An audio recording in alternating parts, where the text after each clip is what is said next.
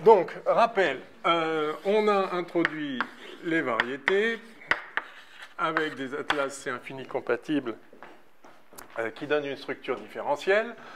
De là, donc, je montre les structures dont on a besoin pour parler de façon sensée des différents ingrédients de la théorie en l'occurrence, mais donc de l'espace-temps. Donc, à partir de ça, on a pu définir une notion de vecteur donc sous forme des vitesse d'une courbe, qui nous permet d'obtenir en un point l'espace tangent, puis évidemment son dual, l'espace cotangent au point P, et puis ensuite, donc, en rassemblant tous les TPM, eh bien, TM, donc le fibré tangent, le fibré cotangent, et puis les champs de vecteurs. Donc tout ça était important pour comprendre ce que c'est qu'un champ de vecteurs. Pardon. Et les champs de tenseurs. Donc, je ne refais pas tout le détail, mais donc pour ceux qui s'impatientent de faire de la physique, le problème c'est que la relativité générale, les équations d'Einstein sont des équations qui relient des champs tensoriels. Et ce n'est pas si simple de savoir qu'est-ce que c'est qu'un champ tensoriel. Bien sûr, il est très facile d'écrire les équations d'Einstein avec des G mu nu, etc. Mais comprendre vraiment ce que c'est pour ensuite pouvoir comprendre ce que dit cette théorie au niveau physique, ça nécessite toute cette introduction qu'on a faite, même si je comprends que vous impatientiez. Donc tout ça, on peut le faire simplement avec la structure différentielle. Il y a une autre chose qu'on... oui, alors, et donc, sur TPM, enfin, les vecteurs, donc on a vu que l'espace vectoriel de dimension n, avec les vecteurs de base d sur dxi, la base duale qui donne la base de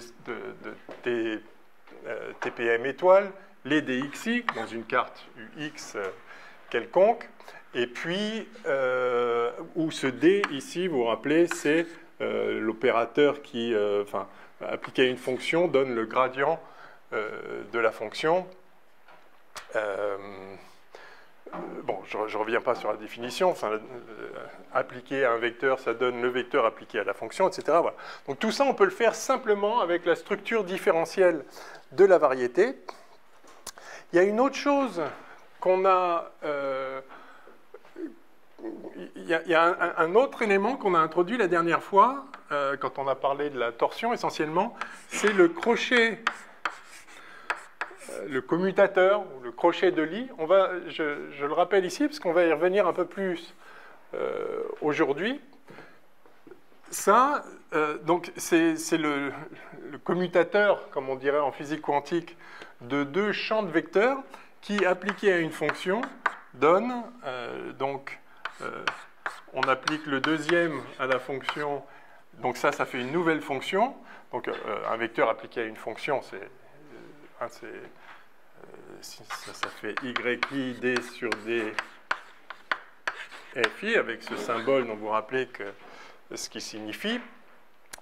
Et puis ensuite, donc ça donne une nouvelle fonction si on a un champ de vecteurs, parce que sinon on a juste un nombre en un point. Donc vous voyez qu'il faut absolument un champ de vecteurs ici, pour pouvoir définir à partir d'une fonction une autre fonction sur toute la variété, et on peut lui appliquer un nouveau champ de vecteurs.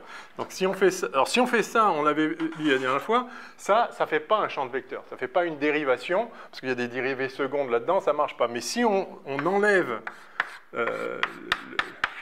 cette grandeur-là, donc en appliquant dans l'autre sens les champs de vecteurs à la fonction, alors on élimine les termes qui posent problème, si vous voulez, et ça redevient un champ de vecteurs.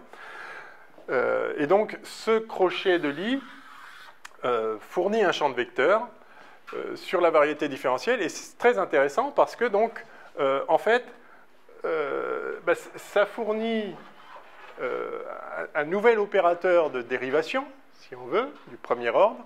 Et ça, on va voir dans la deuxième partie probablement du cours aujourd'hui, que ça fournit une notion de dérivée qu'on appelle la dérivée de Lie. Hein, ceci, on va le noter un tout petit peu plus tard, j'anticipe à peine. La dérivée de l'I du champ de vecteur Y dans la direction du champ de vecteur X. Le point clé étant ici que on ne peut pas dériver, enfin ça dérive pas le champ de vecteur Y en un point dans la direction du vecteur en ce point-là. On a besoin de l'ensemble du champ de vecteur X. Ici, ça doit être un champ de vecteur pour que ça fonctionne. C'est pas juste je dérive un champ de vecteur quelque part dans une certaine direction.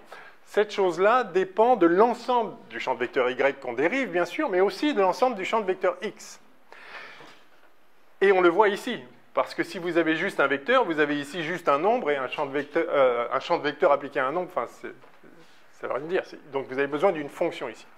Je le note là pour bien distinguer, parce qu'on pourrait se dire, enfin, on se dira peut-être a posteriori quand on aura introduit cette dérivée de Lie, bah, si on a une dérivation, pourquoi on a besoin de la dérivée covariante? Non, cette dérivation est un commutateur de champ de vecteurs. Donc tout ça est donné avec la structure différentielle. Oui? Je ne suis pas sûr d'avoir bien compris pour la dérivée de Lie. Vous voulez dire que la dérivée de Lie, elle n'est pas locale comme une dérivée normale? C'est-à-dire que si, disons, je bouge quelque chose ailleurs, assez loin, ça va influencer sur la dérivée de Lie localement? Non, c'est simplement que la dérivée du champ Y en un point ne dépend pas juste de la direction dans laquelle on dérive en ce point-là, mais de comment l'ensemble du champ de vecteur X se déploie dans l'espace. On y reviendra. Mais comme j'ai prononcé le mot de dérivation, parce que ça en sera une, je voulais tout de suite marquer la différence, parce que, comme je l'ai dit là, on n'a pas besoin d'autres structures. Juste la variété avec sa structure différentielle nous donne cette notion-là. Et pourriez-vous dire, mais alors, pourquoi on a introduit la dérivée covariante? Je vous ai montré pour dériver, on sait dériver les fonctions, ok, sur la variété, c'est ça la notion de vecteur. Et après, ce qu'on a fait, c'est qu'on s'est dit, ok, mais si on veut dériver des vecteurs, parce qu'on a réussi, en faisant des sections de TM, à faire des champs dont on a pu dire qu'ils étaient lisses, puisqu'il y a une structure différentielle sur gamma de TM. Donc on a des champs de vecteurs lisses, mais lisses, ça veut dire qu'ils sont dérivables d'une façon ou d'une autre, c'est-à-dire qu'ils sont C infini. Si on les regarde dans une carte, ils sont C infini, et tout ça est compatible, etc. Donc on aimerait bien pouvoir les dériver, puisqu'ils sont dérivables une infinité de fois. Sauf que pour obtenir cette dérivation d'un champ de vecteurs, en un point dans une certaine direction, dire comment le champ de vecteurs, quel est son taux de variation en quelque sorte quand on suit une courbe par exemple, pour ça on a vu qu'on avait besoin d'introduire une structure supplémentaire qui est donc la dérivée covariante. Et donc on ajoute, c'est important de le comprendre, donc au début on a la variété avec sa topologie, on ajoute une structure qui est l'atlas différenciable, et on ajoute une nouvelle structure qui est la dérivée covariante, nabla, qui permet de dériver en fait non seulement les fonctions, la dérivée covariante d'une fonction dans la direction x, c'est la notion qu'on avait déjà, puisqu'on sait dériver les fonctions, c'est comme ça qu'on a introduit les vecteurs, donc ça c'est simplement le vecteur appliqué à la fonction, ok? Mais on peut aller un cran au-dessus et dériver des champs de vecteurs avec ici quelque chose qui dépend juste de... Enfin, la dérivée en un point dépend de ce que vous... Enfin, dans quelle direction on va et à quelle vitesse, enfin, dépend de... Une dérivée directionnelle dépend évidemment de la direction en question, mais uniquement là. Et on a vu que pour faire ça, il fallait introduire donc une nouvelle structure, et cette structure est donnée en termes de coefficient d'une connexion. Enfin, pour vous rappeler, coefficient dans une carte. Et une fois qu'on sait dériver les vecteurs, bon, ok, donc si on dit que ça c'est xi d sur dxi, vous vous rappelez qu'on est c infini de m multilinéaire ici, hein, donc ça fait ça.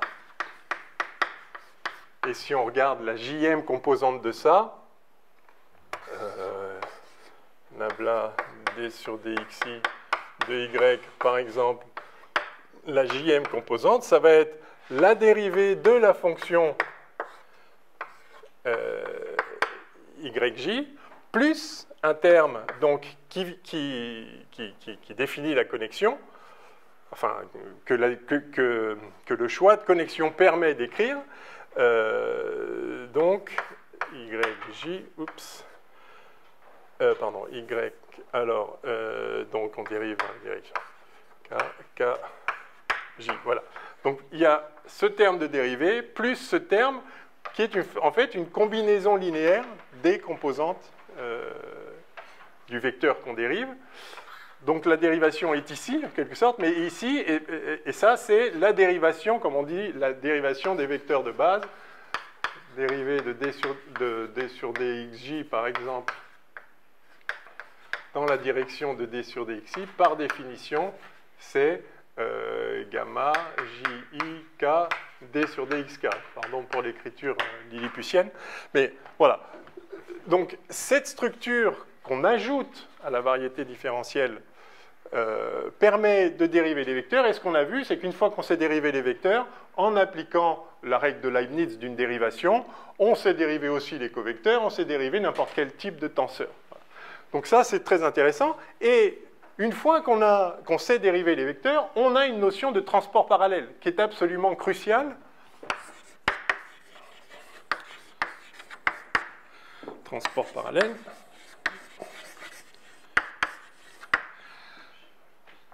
Puisque, alors, non seulement ça nous, donc oui, ça nous permet de transporter les vecteurs le long d'une courbe, le transport parallèle dépend d'une courbe, il est hors de question d'établir une structure d'espace vectoriel sur l'espace-temps, sauf dans le cas particulier, il serait plat, mais il ne l'est pas, bon, donc voilà. Mais ce transport parallèle est important, il permet de définir les géodésiques. Et donc, pareil, pour ceux qui s'impatientent de faire de la physique, en fait, il faut comprendre ce que c'est qu'une géodésique, puisque c'est le mouvement des corps physiques dans l'espace-temps. D'accord ? Et donc, comment définit-on cette géodésique ? Eh bien, en disant que la dérivée dans la direction du vecteur vitesse de la courbe de ce même vecteur vitesse de la courbe, eh bien, c'est 0. Alors, vous vous rappelez, j'ai essayé de faire une distinction entre deux notions de ligne droite dans notre langage standard, qui est la ligne droite au sens d'aller tout droit, c'est-à-dire ne pas changer de direction, c'est-à-dire ça, en fait, et la ligne droite en termes de chemin le plus court entre deux points, ou en tout cas chemin extrémal, comme on verra. Alors, j'avais tendance à garder le nom géodésique pour le deuxième plutôt que pour la première. Je suis allé voir dans le dictionnaire géodésie, et j'ai trouvé génial cette définition, c'est le dictionnaire là, de CNTRL. Géodésie, science qui a pour objet l'étude de... Alors, évidemment, géolater, mais science qui a pour objet l'étude de la forme et la mesure des dimensions de la Terre. C'est génial, parce que ça mêle ces deux notions.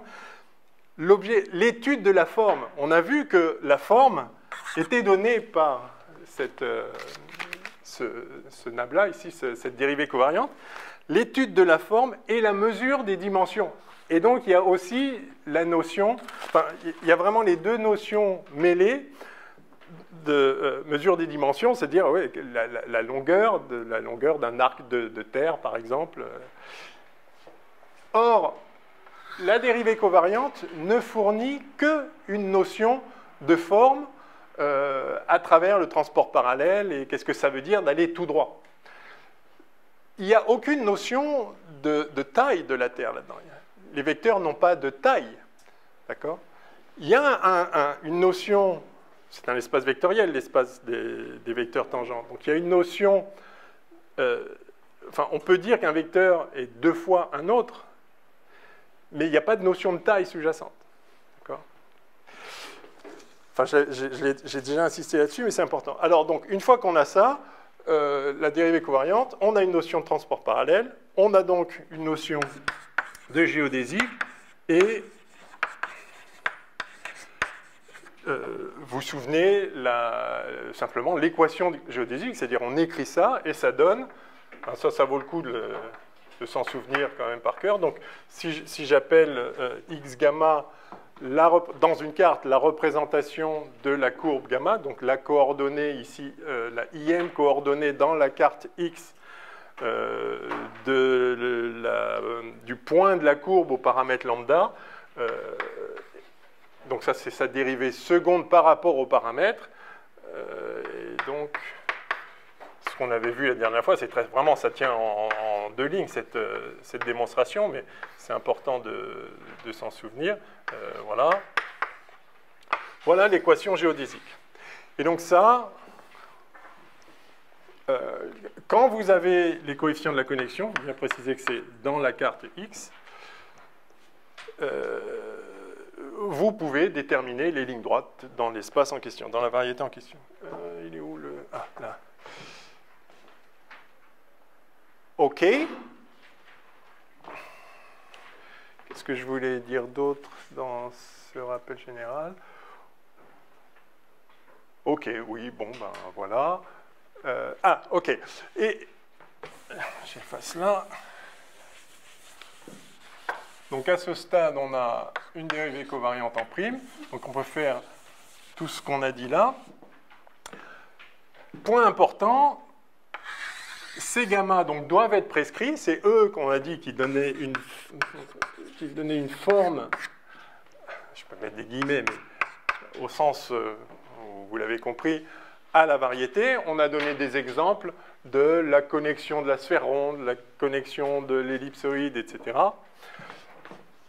Il y a un choix colossal de ces choses-là, mais ces informations-là ne sont pas tensorielles. Gamma IJK n'est pas un tenseur, vous vous rappelez, qui se transforme d'une carte à une autre, avec une formule qui était dans le partiel aussi, qui fait intervenir une partie qui a l'air de se transformer comme un tenseur, plus une partie indépendante de gamma, qui est liée simplement au changement de carte, avec des dérivées secondes qui interviennent.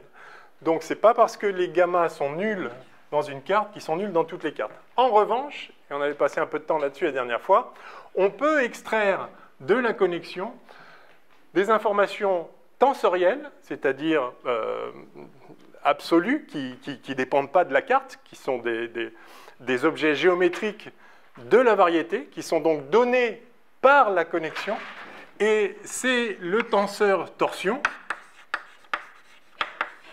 vous vous souvenez, donc, qui est un tenseur de rang 1, 2, et vous rappelez donc ça prend un champ de covecteurs et deux champs de vecteurs, vous rappelez sa définition, ça donne donc oméga de, alors, nabla y dans la direction x, moins nabla x dans la direction y, moins le fameux commutateur, c'est comme ça qu'on l'avait introduit, voilà, et ça, c'est un tenseur, un vrai tenseur. Et ensuite, et on avait vu aussi ces coordonnées dans une carte, hein, vous vous rappelez, c'était gamma IJK moins gamma IKJ. Et donc, une connexion qui est sans torsion, et ce sera le cas en relativité générale, est en fait symétrique, enfin, ces coefficients sont symétriques dans les deux indices du bas. Et ensuite, bien sûr, le tenseur de courbure, qui lui est un tenseur de rang 1, 3, le tenseur de courbure de Riemann,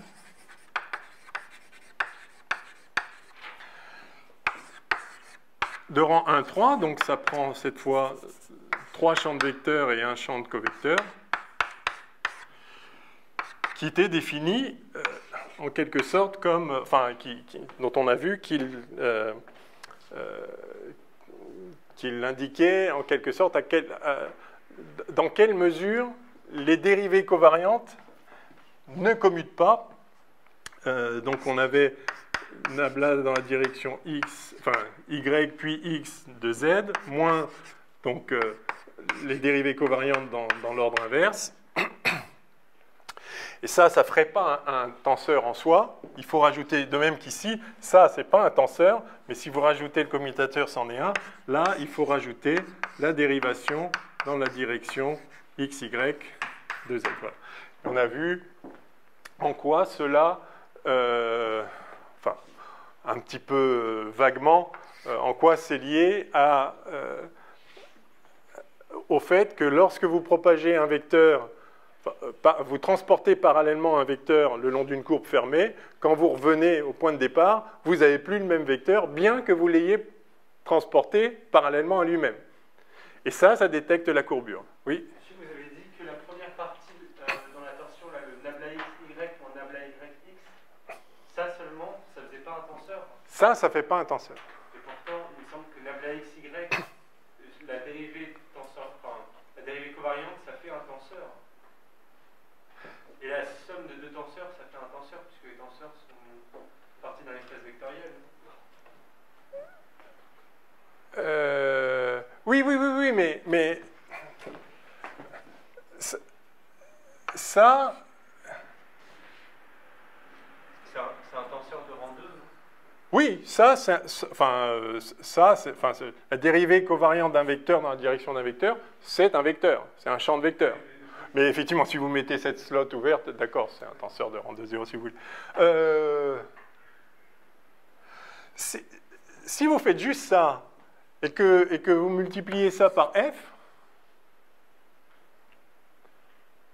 vous n'avez pas f fois ça. Parce qu'il y a des dérivés, et donc il y a une règle de Leibniz. Donc il faut tuer. Donc il y a un moment où vous allez avoir la dérivée de f. D'accord? Et donc il faut la tuer. On l'a montré en détail, non? Que c'était un tenseur. Voilà. Ah. C'est bizarre, du coup, je ne comprends pas trop. Du coup, ce que je dis, l'argument que je donne, il est invalide. Du coup, j'essaie de comprendre en quoi.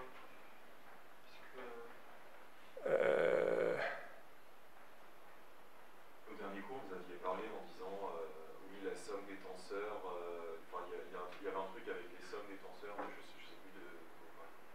Comme quoi, c'était pas un tenseur. Est-ce que la somme de deux tenseurs, c'est pas forcément un tenseur, du coup? Si, la somme de deux tenseurs, c'est un tenseur, mais...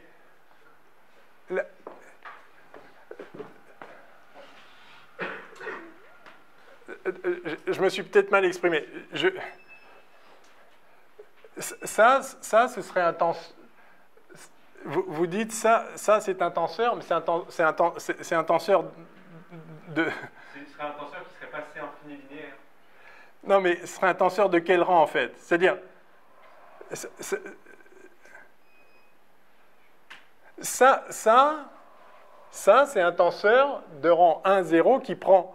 Enfin, ça, appliqué à un tenseur, ça donne un tenseur.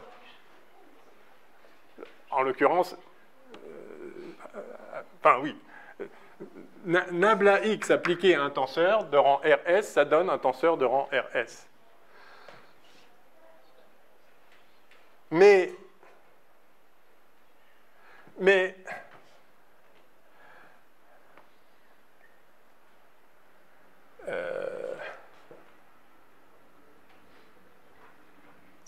je ne suis pas sûr de voir ce qui vous gêne, en fait. Est-ce que les tenseurs, ils sont forcément si infini linéaires? Comme là, la torsion. Les champs de tenseurs... Les champs de oui. tenseurs, ils sont forcément si infini linéaires. Ah oui, oui. Donc ça veut dire que si la torsion ne respectait pas ça, ce ne serait pas un tenseur. Absolument. Un champ de tenseur. Absolument. Donc ce commutateur, il est important pour que ce soit un tenseur. En fait. Exactement. Du coup, j'arrive pas trop à comprendre. Enfin, pour la dérivation, oui, mais... Je vous propose qu'on regarde ça à la pause. Okay. Parce que comme je ne suis pas sûr de voir exactement le problème, je voulais juste faire ce rappel pour motiver ce qui vient, mais c'est important qu'on lève le doute s'il y en a un, donc on verra ça à la pause. Alors, qu'est-ce que je disais donc? Oui, donc on peut extraire ces deux informations tensorielles. Et donc, ce qui est important de comprendre, c'est que la courbure de l'espace-temps, par exemple, c'est pas... Enfin, disons, c'est pas la courbure de la variété, c'est la courbure de la connexion. si vous voulez, c'est la courbure de la variété avec connexion. Mais c'est important de comprendre que la variété en elle-même, elle n'a ni forme, ni torsion, ni courbure. La variété différentielle par elle-même, bon, elle permet de faire toutes les choses qu'on a dites avant, mais il n'y a pas de forme à cette variété, et ce qui donne une forme et qui permet de parler de transport parallèle, de géodésique et de courbure, c'est la connexion. Donc c'est la courbure de la connexion.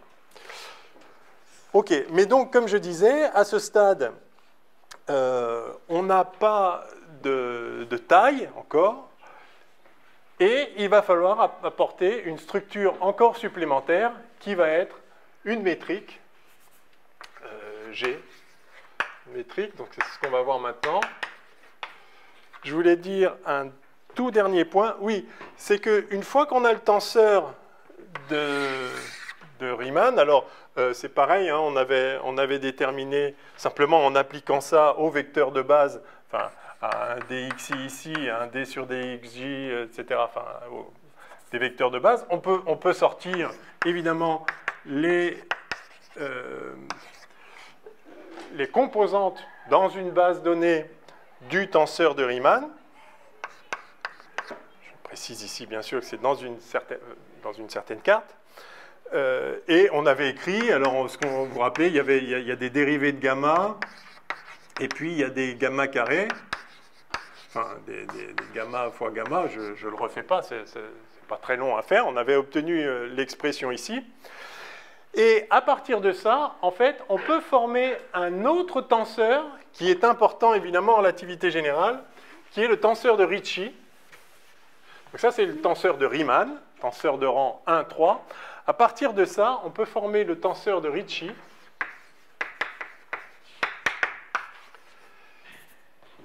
R, on va dire mu nu, qui est une contraction du tenseur de Riemann. Donc là, je donne directement dans une carte ces coordonnées.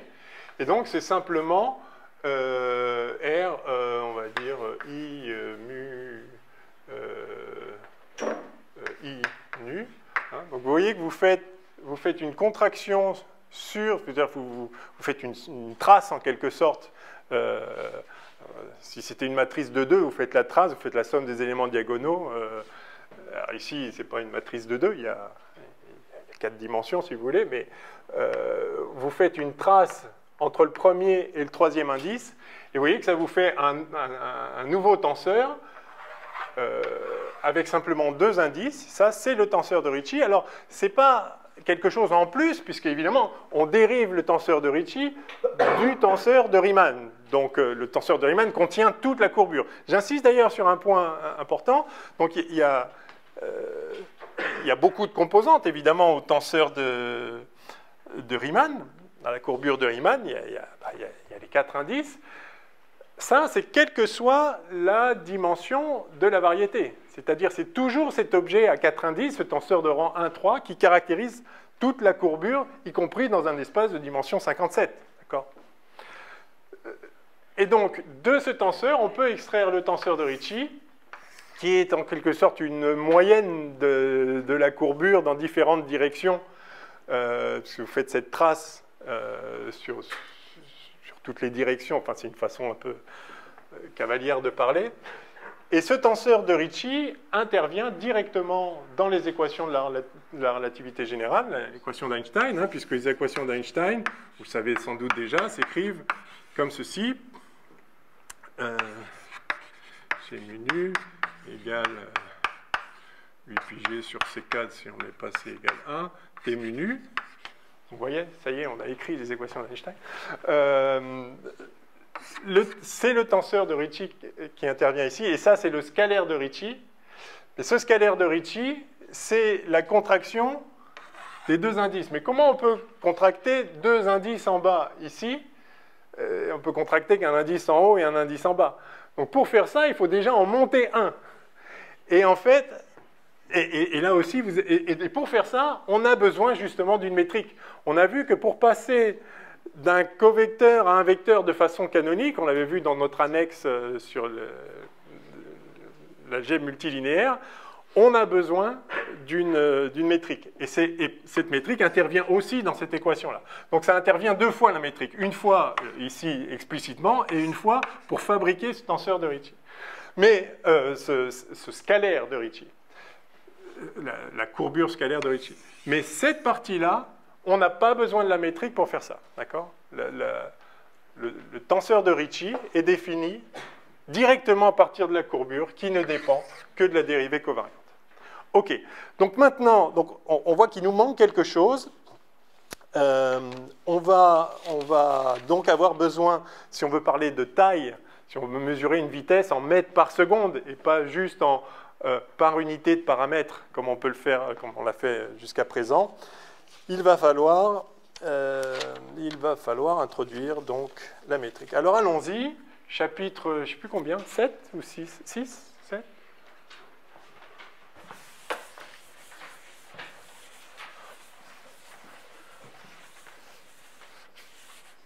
6 ou 7 6 OK.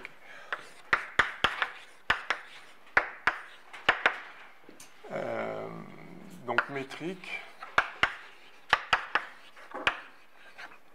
et géodésique d'une autre façon à nouveau.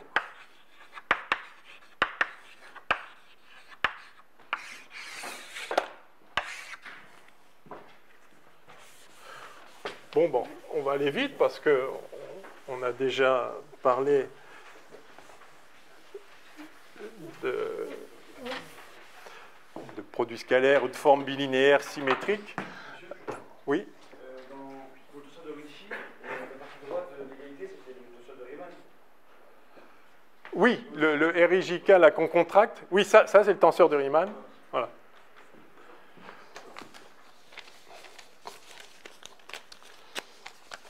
Alors.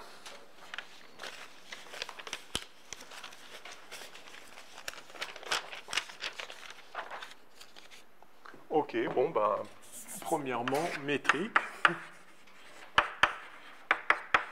Donc, c'est vraiment une structure nouvelle qu'on introduit sur la variété. Par définition, donc on a M, O, A. Alors, cette fois, je ne mets pas la dérivée covariante. On n'a pas besoin d'une dérivée covariante pour parler de métrique. Sur la variété, on introduit un champ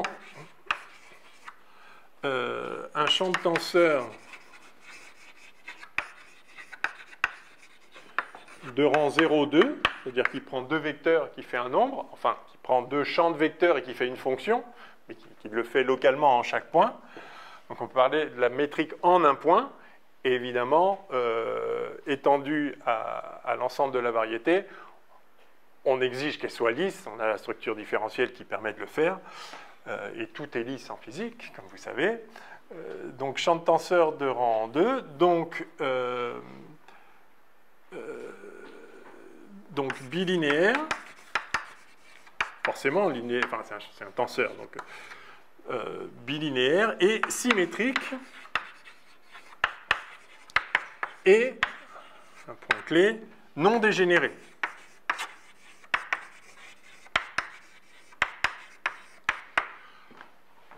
Donc G de XY égale G de YX, ça c'est symétrique, évidemment linéaire en chaque slot, c'est une forme, c'est un tenseur. Et alors non dégénéré, ça veut dire que l'application qui à X associe G de X point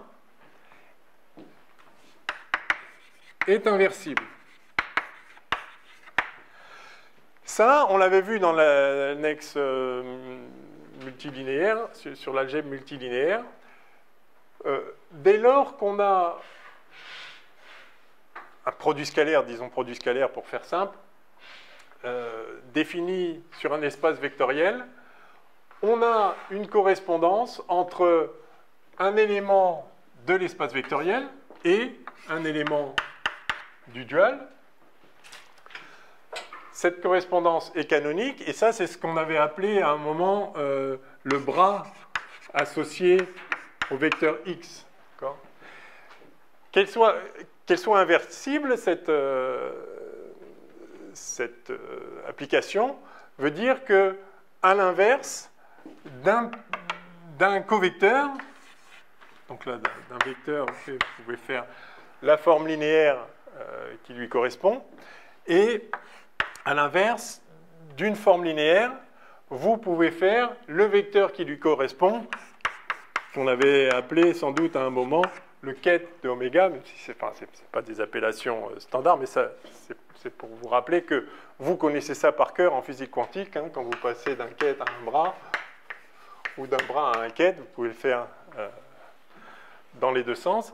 Donc, ce qu'on exige ici, enfin, la structure qu'on rajoute, c'est un champ de métrique symétrique et non dégénéré, au sens où cette application est inversible. Alors, vous vous rappelez ensuite comment comment s'établissait cette correspondance. Donc, si je note G, I, J, les composantes de G dans une certaine base, enfin dans une certaine carte avec les vecteurs de base associés, donc je suis dans une carte UX, X1, X2, Xn, les composantes sont simplement, comme pour tout tenseur, le tenseur appliqué au vecteur de base, hein, et donc vous avez évidemment G de XY qui vaut GIJ, XI, YJ, qui vaut aussi GIJ, XJ, YI, si vous voulez, GIJ égale GJI, donc c'est symétrique. C'est en ce sens-là, le produit scalaire de X avec Y, c'est pareil que le produit scalaire de Y avec X.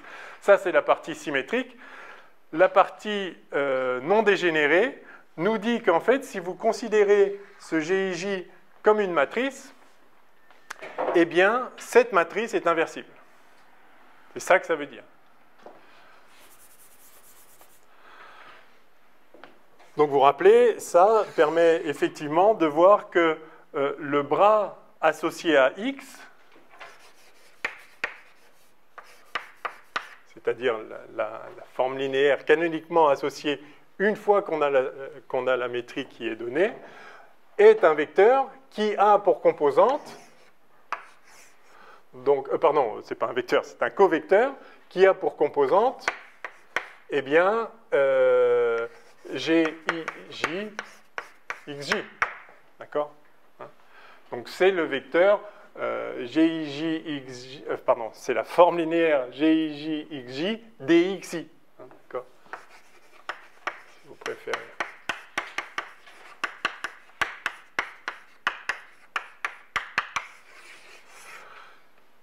Et il est de coutume d'écrire bras de X avec le même symbole que X, puisqu'il lui est canoniquement associé. Simplement, donc, vous passez l'indice en haut, parce que c'est un vecteur avec donc des composantes covariantes. Ça, c'est un covecteur avec des composantes, j'ai dit covariantes, je voulais dire contravariantes, bien sûr. Ça, c'est un covecteur avec des composantes covariantes. Et donc, vous pouvez écrire, donc ça, c'est une écriture très abusive, mais que tout le monde emploie, donc on va faire comme tout le monde.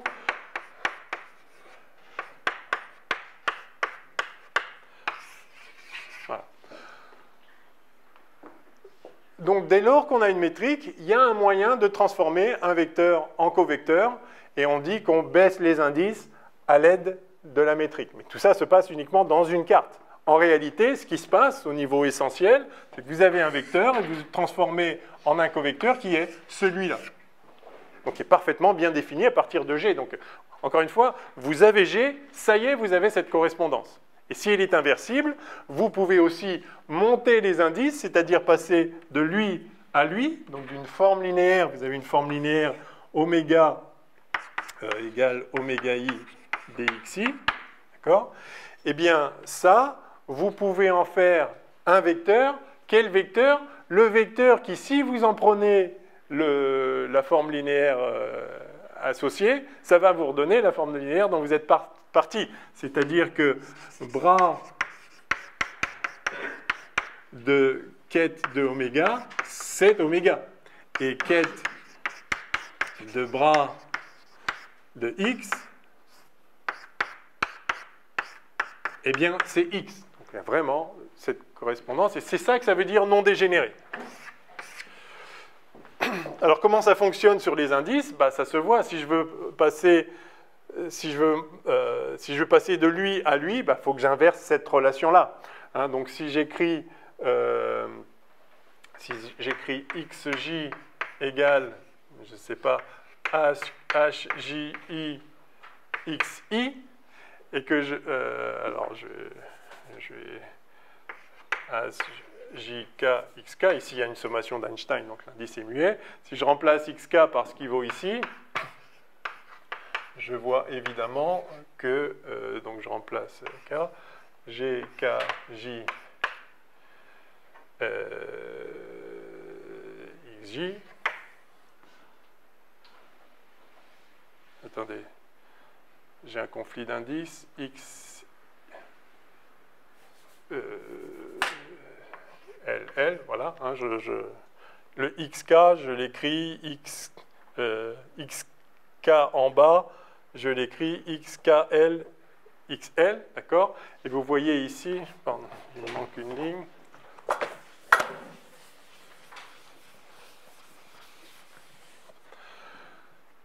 Que ça, vous reconnaissez ici le produit de la matrice HG dans les composantes, enfin H fois G en tant que matrice dans les composantes JL. Autrement dit, enfin, il faut que ça, ce soit delta K. Je vais le réécrire là, vous verrez mieux. Donc, XJ égale HJK GKL XL. Évidemment, IJ égale XJ. Donc ça doit être, tout ça, ça doit être delta J, delta JL. D'accord. Donc ça vous dit bien que la matrice H, c'est G-1. H fois G égale l'identité. D'accord. Donc, comme je le disais, il faut que la matrice des GIJ soit inversible. Alors, à nouveau, par un abus de notation, la matrice H, on la note encore G. Enfin, les composantes de la matrice H, le HIJ, en fait, on le note GIJ en se disant qu'il ne risque pas d'y avoir d'ambiguïté avec la matrice J, avec les composantes de la métrique J, puisque les composantes de la métrique J, ils sont en bas, tandis que ceux-là, ils sont en haut. Donc ça, si vous voulez, c'est un tenseur de rang 2, 0, tandis que G est un tenseur de rang 0, 2. Donc attention à la confusion. Et c'est même pas le tenseur inverse. Ça n'aurait pas de sens. G, c'est un truc de gamma Tm croix gamma Tm. On prend deux champs de vecteurs. Et ça en fait une fonction.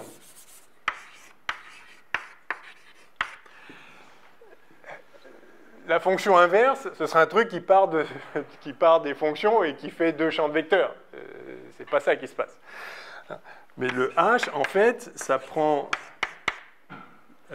Enfin, c'est...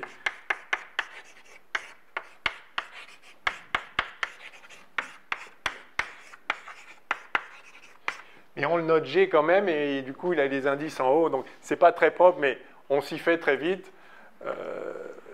Quand vous voyez G avec des indices en haut, c'est en fait l'inverse. Enfin, mais ce n'est pas l'application inverse, c'est les coefficients de la matrice inverse si on la traite en tant qu'application linéaire.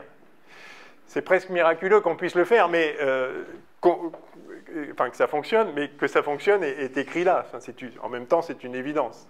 C'est un miracle simple, mais c'est ça qui permet cet abus de notation. Et donc, il faut faire attention de ne pas se laisser abuser par... Ouais. C'est de gamma de T étoile M, croix gamma T. Oui, pardon, merci. Yes.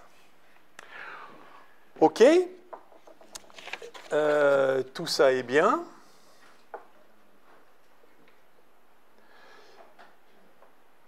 eh bien, allez, je vous donne un petit exemple et puis on va passer tout de suite sur la géodésique. Donc, exemple. Je donne un exemple parce qu'on va s'en servir après, rapidement.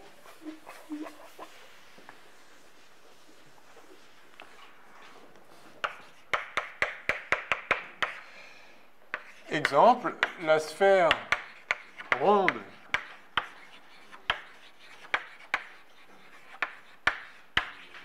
de rayon R. Alors on a déjà parlé de la sphère ronde, vous vous rappelez, avec Nabla, sphère ronde, là. La dérivée covariante qui donnait sa rotondité à une sphère S2 était représentée par ces coefficients, par exemple, enfin, IK, vous vous rappelez, on avait donné cotangente de θ, etc.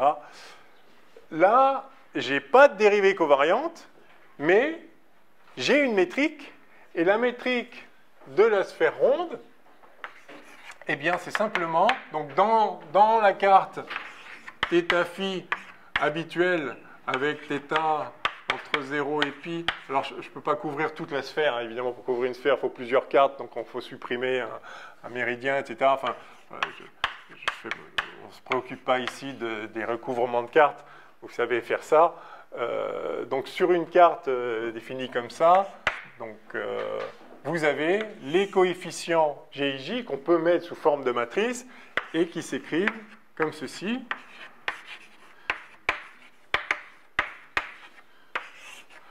Voilà la métrique en question. Donc, au départ, j'ai simplement S2 avec la topologie, avec sa topologie et un atlas C infini compatible, donc une structure différentielle.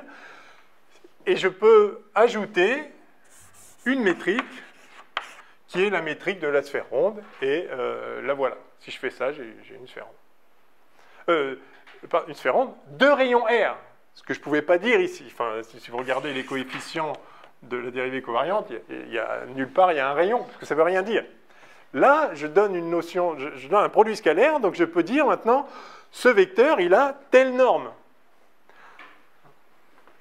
Alors, ce que donne une matrice, effectivement, c'est à la fois une notion de norme et une notion d'angle.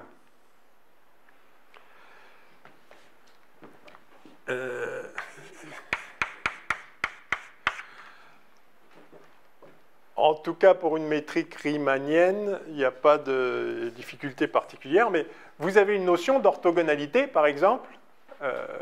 Quand on a dit, quand on a montré la courbure, là, je me propage tout droit sur un méridien, et puis après, je tourne, je propage sur l'équateur.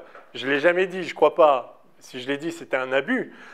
On tourne à 90 à angle droit et on suit l'équateur. Non, j'ai dit on suit l'équateur, mais parce qu'il n'y a aucune notion d'angle droit. Qu'est-ce que ça veut dire? Je tourne à angle droit ou je suis à un petit angle, un grand angle. Cette notion n'existe pas. Dès lors qu'on a une métrique, alors vous pouvez, vous avez, c'est quoi? C'est Cauchy-Schwarz, l'inégalité de Cauchy-Schwarz qui vous dit que vous avez, vous pouvez définir la norme de x comme étant Gxx. Enfin, sa racine carrée, donc il faut que ce soit positif pour ça. Mais, donc il y a une restriction dans le cas pseudo-riemannien qu'on verra après. On va parler de signature tout de suite, mais voilà. Et comme vous savez, vous avez donc Gxy qui est inférieur à la norme de x fois la norme de y. Et donc, vous pouvez dire que Gxy, c'est norme de x fois norme de y fois un cosinus. Et c'est ça l'angle. Donc, c'est arc cosinus de G de xy divisé par norme de x, norme de y. Donc, vous avez cette notion qui intervient. Et en particulier, l'angle droit, c'est quand le cosinus vaut 0. Enfin, quand le cosinus vaut 0. Si le produit scalaire vaut 0, vous pouvez dire, voilà, des vecteurs orthogonaux. C'est-à-dire, vous déclarez orthogonaux des vecteurs dont le produit scalaire est nul. Donc ça vous donne à la fois une taille et une notion de direction. On avait déjà une notion de direction, une dérivée directionnelle, mais il n'y avait pas de quantification des angles. Ça, c'est donné par la métrique. D'accord ? Ok, donc voici la sphère ronde. Bon, très bien, de rayon R, très bien. Ok. Ah oui, et donc il faut que je parle de signature. Alors, on l'avait vu aussi dans l'annexe sur l'algèbre multilinéaire. Enfin, pas celui-là, celui avec les indices en bas. Donc, j'ai IJ, ça c'est la métrique. Par un changement, c'est très simple à montrer, par un changement de carte, et donc de base, dans l'espace, dans chaque espace vectoriel tangent, donc dans TPM, donc par un changement de base dans TPM, qui peut être associé à un changement de carte, vous pouvez toujours ramener cette matrice-là à une forme où vous avez des moins 1, un certain nombre de moins 1, puis des 1, un certain nombre de 1, puis des 0, un certain nombre de 0, avec, c'est pas joli ça, R-1, S1, et puis ici, N moins R moins S, hein, puisque matrice dimension N, si vous êtes dans une variété à dimension N, et on dit que la signature de G est RS. Pour qu'on ait une métrique non dégénérée, il faut que cette matrice soit inversible, on vient de le voir, et donc il faut qu'en fait, il n'y ait pas de 0 du tout. Donc en fait, non dégénéré implique R plus S égale N. D'accord ? Vous pouvez avoir des moins 1 et des plus 1, au total, ça doit faire N. Il n'y a que... Enfin, voilà. Donc vous pouvez toujours vous ramener à une forme comme ça, tout simplement parce que cette matrice-là est symétrique, est réelle. Toute matrice réelle symétrique peut être diagonalisée, en base orthonormée, mais là, ça ne veut rien dire. C'est quand on parle d'une application linéaire. Mais néanmoins, un changement de base va pouvoir vous amener à... alors, si c'est une application linéaire, ce serait des valeurs propres comme ça. Mais ensuite, ça, en réalité, ce n'est pas une application linéaire. C'est un tenseur de rang 0,2. Donc, ce nombre-là, ça va être G de la nouvelle base E1, nouveau vecteur E1, E1. D'accord ? Maintenant, si vous prenez comme vecteur 1 sur racine de lambda 1, donc si vous avez alors,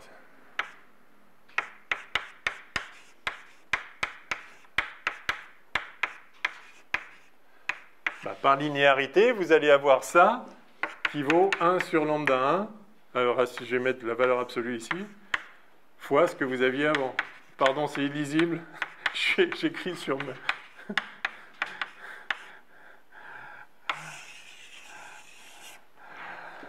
Donc, si vous avez ici un nombre, une fois que vous avez diagonalisé votre matrice, vous prenez le vecteur de base divisé par la racine du module de ce nombre. Et maintenant, vous avez 1. Ou moins 1 s'il était négatif. Vous voyez l'idée. Ouais. Monsieur ? Oui. Est-ce que le non dégénéré implique R plus S égale N? C'est une équivalence ou oui, c'est équivalent. Oui, parce que si vous avez ça, c'est inversible. Et en l'occurrence, la matrice inverse, c'est la même. Donc là, le GIJ en haut avec les indices en haut et le GIJ avec les indices en bas, c'est le même. Si vous faites ça au carré, ça fait évidemment 1. Maintenant, attention, ce n'est pas le cas si vous avez G sous une forme qui n'est pas diagonale. D'accord ? Si vous avez ici, je ne sais pas, cos θ,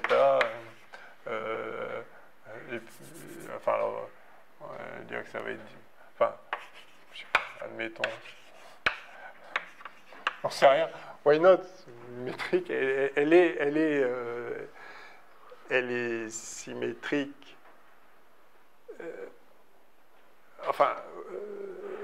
Elle est symétrique et non dégénérée, mais enfin,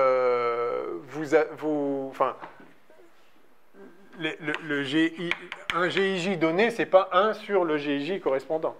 C'est le cas quand c'est diagonal, mais uniquement quand c'est diagonal. Oui. Là, vous avez considéré la norme avec la racine carrée, mais pourquoi est-ce qu'on ne prend pas une norme haute, genre la norme infinie?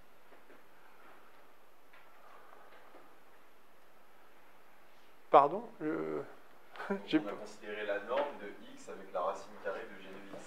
Donc, ouais. est-ce qu'on ne prendrait pas une autre norme?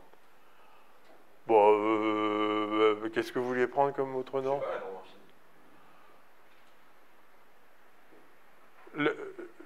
La norme infinie, c'est-à-dire le max de... Bah, il y a un truc, ouais, Le max de ses composantes, mais ça va dépendre de la carte. Oui. Ah, du coup, c'est pas la norme du vecteur. Comment... on a des vecteurs. Ce que je dis, c'est que introduire G, ça permet de fournir une norme définie comme ça. Ah d'accord, ok, on les définit comme ça. Parce que moi je me demandais, bah, il y en a plein des normes. Oui, mais alors c'est complètement arbitraire. Oui, vous avez un espace vectoriel, vous pouvez définir une norme. Mais elle n'est pas canonique. Comme vous dites, il y en a plein des normes. Ce que je dis, c'est que si vous avez une structure métrique, alors ça vous donne une norme. D'accord? Et ça vous donne une notion d'angle. En tout cas, quand ça est toujours positif. Vous avez de toute façon une notion d'orthogonalité. Et, oui. Mais de toute façon, la métrique, elle est donnée d'abord par la norme. D'abord, on définit ce qu'est la norme en x et y, et on voit les composantes, et on voit... Non. Non. Sur la variété, vous introduisez une métrique dont vous avez besoin de toute façon, et cette métrique vous donne une norme.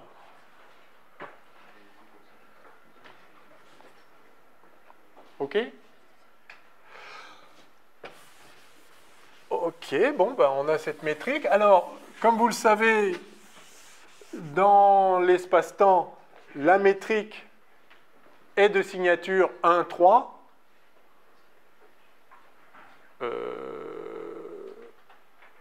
Ou 3, 1, suivant la convention qu'on prend. Moi, je prends la convention où je mets moins sur la composante temporelle et plus. Bon, donc, signature 1, 3. Enfin, c'est équivalent. Là, pour le coup, c'est une convention. En tout cas, il y a une coordonnée qui n'est pas... pas le même signe, donc signature 1, 3.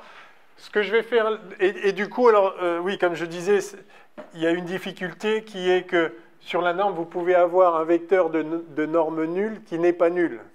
Vous êtes habitué, les vecteurs de genre lumière, comme on dit en relativité restreinte, vous pouvez avoir effectivement un vecteur qui n'est pas nul, mais qui est de norme nulle. G de xx, il peut être négatif, non? Voilà, il peut même être négatif. C'est pour ça que j'ai dit là, on prend le cas où c'est positif. Donc là, ça fonctionne que comme ça. Et sinon, on peut quand même écrire... Sinon, on ne peut pas prendre la racine carrée pour définir la norme. Exactement. Ok. Donc c'est pour ça qu'on parle de pseudo-norme, parce que normalement, une norme dans la définition mathématique, elle n'est nulle que si le vecteur est nul. Donc, dans l'espace-temps, mais on y est déjà habitué en relativité restreinte, on parle de pseudo-norme, et on doit parler aussi... alors, soit on dit une pseudométrique, en fait, on dit une métrique pseudo-riemannienne. Donc, pour l'instant, je vais me concentrer sur les métriques riemanniennes pour pouvoir définir une longueur de façon simple. Donc, mais il n'y a aucune difficulté à l'étendre ensuite à des métriques pseudo-riemanniennes. Donc, restriction provisoire, métrique riemannienne. Quand on parle de métrique riemannienne, c'est une métrique de signature. Dans ma convention ici, ce serait 0n. Que des plus. Et du coup, effectivement, on a une norme qui est une vraie norme associée. Dans l'espace-temps, ce sera une métrique pseudo-riemannienne, 1, 3. enfin 1 n-1 si on était à dimension n. Et on a une pseudo-norme, bon, c'est juste un terme. Donc, je me mets dans cette restriction pour pouvoir définir facilement la notion de longueur. Donc, deuxièmement, longueur d'une courbe.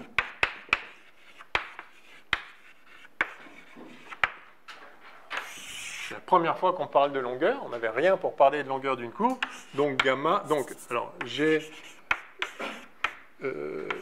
une variété munie d'une métrique, une variété métrique, si vous voulez. Et je définis gamma d'un intervalle i dans M, qui a lambda associe gamma de lambda. Comment je définis la longueur de cette courbe? Eh bien, simplement, comme étant... Alors, c'est une fonctionnelle, ça prend une fonction comme argument. La longueur de gamma, bah, c'est simplement l'intégrale sur le paramètre de sa vitesse paramétrique, de la norme de sa vitesse paramétrique. Je l'écris et puis on va le discuter, mais ça va vous sauter aux yeux. Donc, si I c'est enfin bon, on somme sur voilà. Si I c'est l'intervalle AB par exemple, ça va être la somme de A à B, donc sur I, de, alors de quoi? Donc de D lambda, enfin, mais après comme vous voulez, donc de racine de G de V gamma D lambda. Magnifique!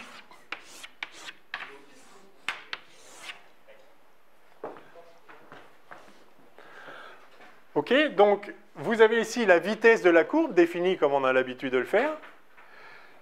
Vous prenez son produit scalaire avec elle-même, ça vous donne la norme de la vitesse. Enfin, une fois que vous prenez la racine, ça vous donne la norme de la vitesse au carré. La racine, ça vous donne la vitesse. Et donc, vous avez la vitesse avec quelle unité? Alors, la vitesse elle-même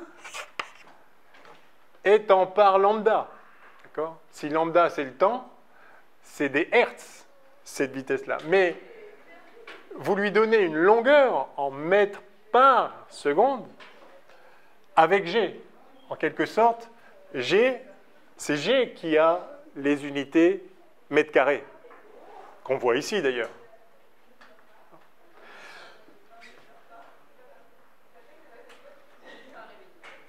Bon, ben voilà. Donc vous avez des mètres carrés par seconde, racine, ça vous fait des mètres par seconde. Et là, maintenant, vous avez une vitesse. Et si vous intégrez la vitesse sur le temps que ça prend pour aller d'un point à un autre, eh bien, vous avez une longueur en mètres. Maintenant, on a une longueur. Vous comprenez cette définition, hein? Je n'ai pas besoin de commenter davantage. Vous prenez la norme de la vitesse. Si vous voulez, vous avez somme de dx sur dt fois dt, ça vous fait somme de dx le long de la courbe, et ça vous fait la longueur de la courbe. Il n'y a absolument rien de mystérieux. On a besoin de la métrique, mais dès qu'on a la métrique, on a la notion de longueur pour une courbe.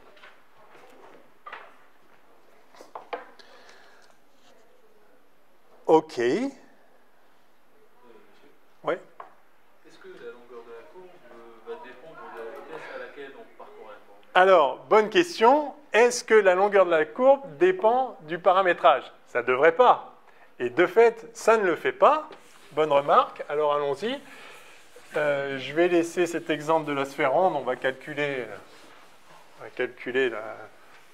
la taille de la Terre. Ouais. On va calculer la longueur de l'équateur. Et d'abord, je réponds à votre question. Effectivement, ça c'est important. On peut dire théorème. La longueur de gamma ne dépend pas du paramétrage. Il y a une restriction quand même.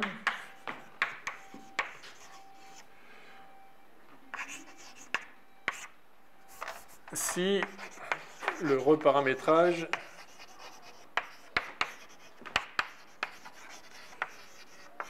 est monotone. J'y viens tout de suite.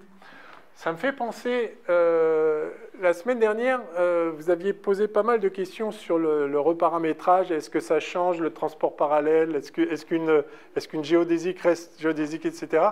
Je vous signale que j'ai ajouté un petit complément vidéo à la fin de la vidéo de la dernière fois. Si vous allez donc sur la chaîne YouTube, c'est à la fin de la première partie de la dernière fois, où j'explique ça en plus grand détail. Donc je vous recommande d'y jeter un coup d'œil. Donc le reparamétrage, comment ça se passe? Donc vous avez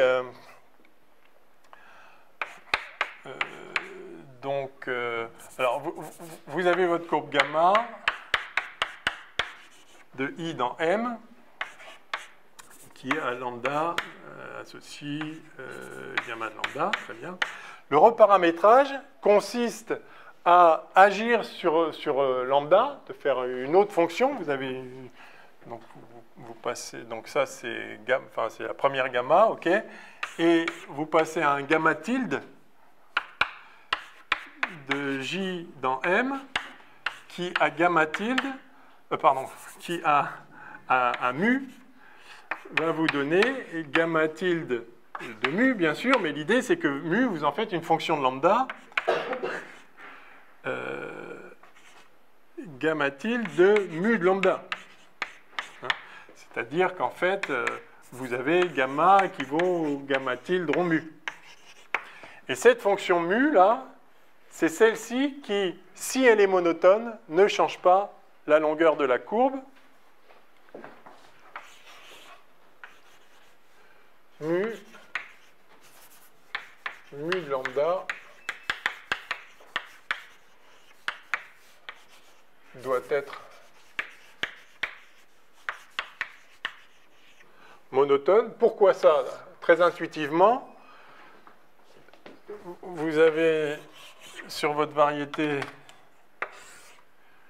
une certaine courbe. Comment je détermine sa longueur entre un point et un autre, hein? Comment je détermine cette longueur? Donc encore une fois, je prends le vecteur tangent, je lui donne une taille physique en mètres par seconde avec la métrique, et donc je sais combien je fais de mètres par seconde. Si j'intègre sur le temps que ça m'a pris d'aller d'un bout à l'autre, ça me fait des mètres.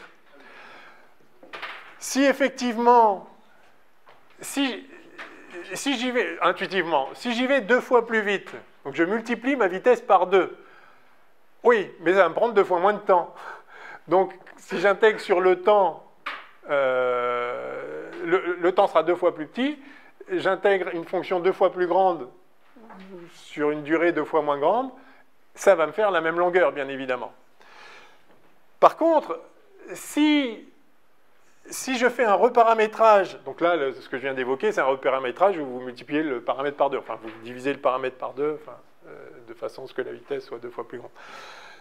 Si vous faites un paramétrage où vous accélérez beaucoup, puis après vous ralentissez, puis vous réaccélérez, puis même à la limite, vous restez là pendant un moment, donc je vais dire, je vais intégrer pendant longtemps, oui, mais à une vitesse nulle si je ne bouge pas, etc. Puis vous décidez de repartir, etc.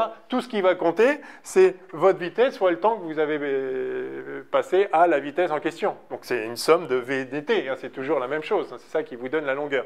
Donc vous voyez, on le sent bien que ça ne dépend pas du paramétrage. Par contre, attention, il ne faut pas que vous ayez un changement de paramètre qui n'est pas monotone. C'est-à-dire, si vous avancez, puis vous reculez, puis vous repartez, puis vous revenez, là, évidemment, vous allez parcourir plus de distance, en vrai, d'accord, sur la variété. Donc, si vous partez dans une direction, il ne faut pas revenir en arrière. Sinon, vous allez compter une longueur, évidemment, plus grande. Donc, c'est très simple. J'avais mis ça dans le partiel ou dans l'examen de l'an dernier, je crois. Ça se fait en 3 lignes, de montrer que vous faites ce changement, c'est simplement un changement de variable ici. Vous avez la vitesse qui est divisée par des mu sur des lambda. Vous multipliez, ça dépend dans quel sens vous le faites. Ça dépend laquelle est gamma, laquelle est gamma tilde.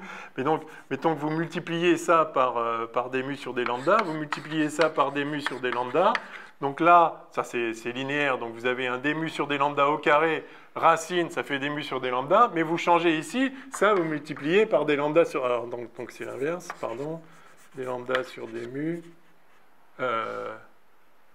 ouais, d lambda sur d mu, et ça c'est fois d mu sur d lambda pour le transformer en d mu. Et donc évidemment, enfin vraiment ça prend 3 lignes, évidemment ceci est... cette définition ne dépend pas du paramétrage. Encore une fois, en chaque point, si vous allez 2 fois plus vite, vous y passez 2 fois moins de temps, et donc tout ça fonctionne très bien. C'est complètement intuitif. Faites-le rigoureusement en termes de... avec la fonction composée, mais ça pose aucune difficulté. Donc oui, c'est indépendant du paramétrage dès lors que vous faites un reparamétrage monotone. C'est pareil, hein, je dis monotone, c'est-à-dire que ça peut être croissant, mais ça peut être décroissant. Vous pouvez décider que vous partez de la fin et que vous revenez au début, ça ne changera pas la longueur.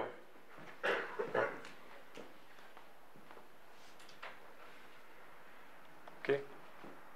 C'est-à-dire que bon, ben, la norme, ça restera la norme de la vitesse, et là, vous allez avoir dt qui transforme en moins dt, ou des lambda qui se transforment en moins des lambda, mais vous allez inverser les bornes de l'intégrale. Donc évidemment, ça ne va pas changer non plus.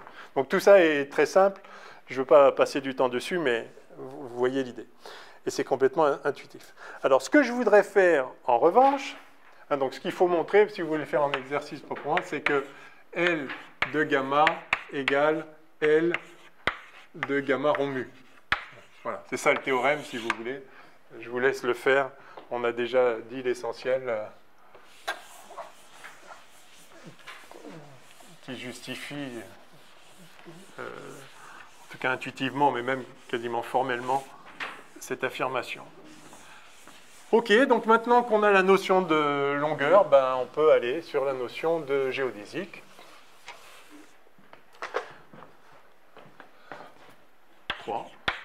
Géodésique.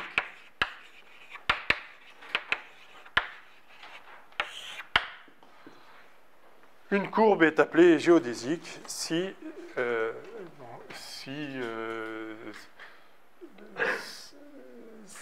sa longueur est stationnaire. Donc, une courbe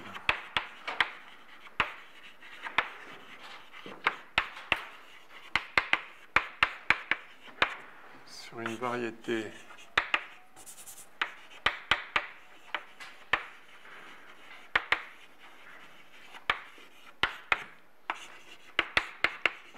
est dite géodésique.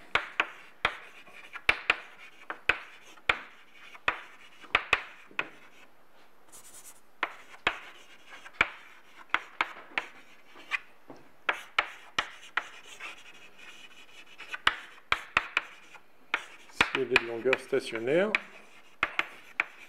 c'est-à-dire que si vous faites la variation de L de gamma, c'est-à-dire si vous faites une déformation de la courbe, eh bien, sa variation, enfin, la variation de sa longueur est nulle. Donc, elle est... Alors, je ne sais pas, vous avez fait du calcul variationnel un peu? Oui? Pardon? You can speak English. Yeah.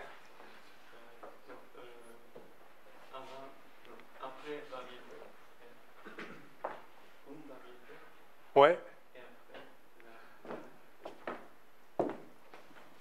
On varie L. Ah.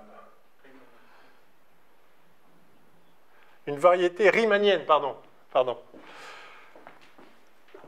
Donc pour avoir justement la norme non nulle, mais après on peut étendre l'équation géodésique,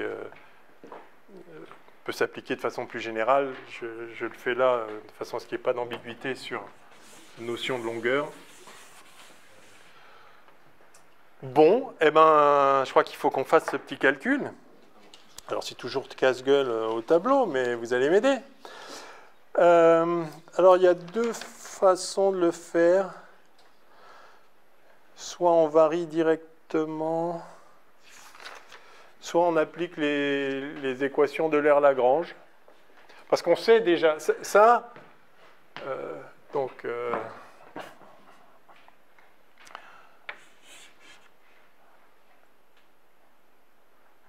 cette longueur, je rappelle, c'est la somme de racine de G de V gamma, V gamma.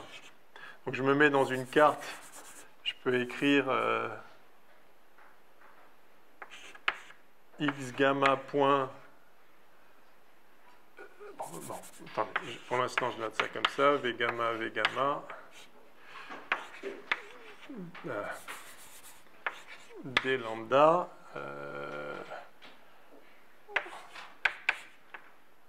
L de gamma. Okay. Vous connaissez tous le principe de moindre action et vous savez comment on sort les équations du mouvement à partir de ce principe variationnel.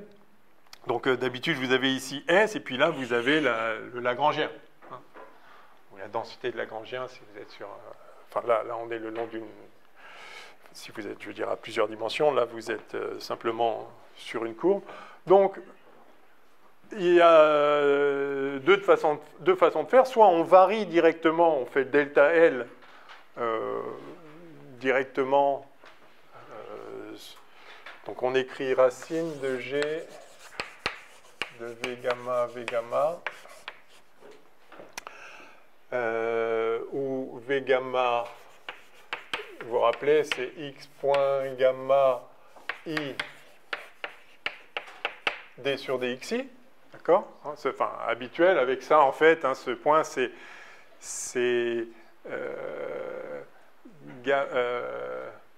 x rond gamma prime, c'est la dérivée par rapport à lambda de x rond gamma au point considéré. Oui? Est-ce que la mécanique lagrangienne, elle est en accord avec la théorie de la relativité générale? Absolument. D'accord. Absolument. Oui, oui, oui. Parce que ça ressemble vachement. Ça ressemble beaucoup, oui. Oui, oui. Et les équations d'Einstein, j'arrive tout de suite, les équations d'Einstein qu'on a écrites tout à l'heure, s'obtiennent à partir d'une densité de Lagrangien, comme en disant que